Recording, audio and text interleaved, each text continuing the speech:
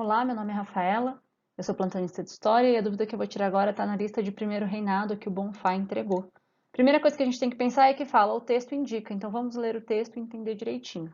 Na sua condição de propriedade, o escravo é uma coisa. Primeiro item importante, ele está ressaltando a objetificação do escravo. Um bem objetivo, perdão. Daí ter sido usual a prática de marcar escravos com ferro em brasa, como se ferra o gado. Os negros eram marcados já na África, antes do embarque, e o mesmo se fazia no Brasil até o fim da escravidão. Seu comportamento e sua consciência teriam de transcender a condição de coisa possuída no relacionamento com o Senhor e com os homens livres em geral. Então voltou aqui a ressaltar a condição de coisa, de objeto. E transcendiam, antes de tudo, pelo ato criminoso. O primeiro ato humano do escravo é o crime, desde o atentado contra o Senhor à fuga do cativeiro. Em contrapartida, ao reconhecer a responsabilidade penal dos escravos, as sociedades escravistas os reconheciam como homens. Além de incluí-los no direito das coisas, submetia-os à legislação penal. Que é importante ressaltar que aqui ele considera que o escravo ele começa a se tornar um humano, ele tem um ato humano com o crime.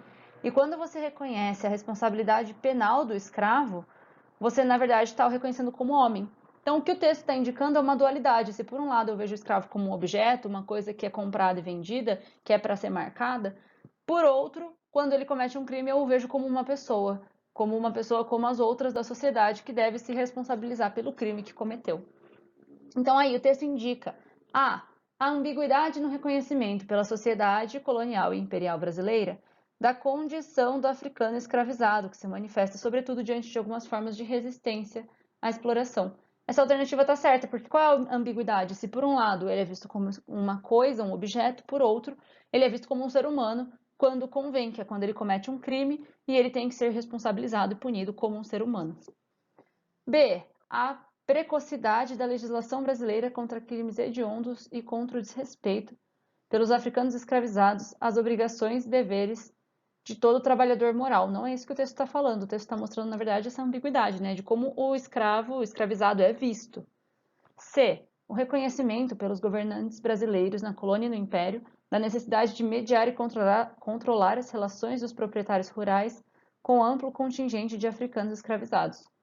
O texto também não está olhando pelo lado do controle, ele está olhando pelo viés do como a gente vê o escravizado na colônia.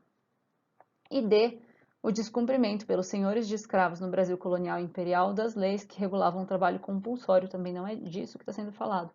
A única alternativa que sobra para a gente é a alternativa A.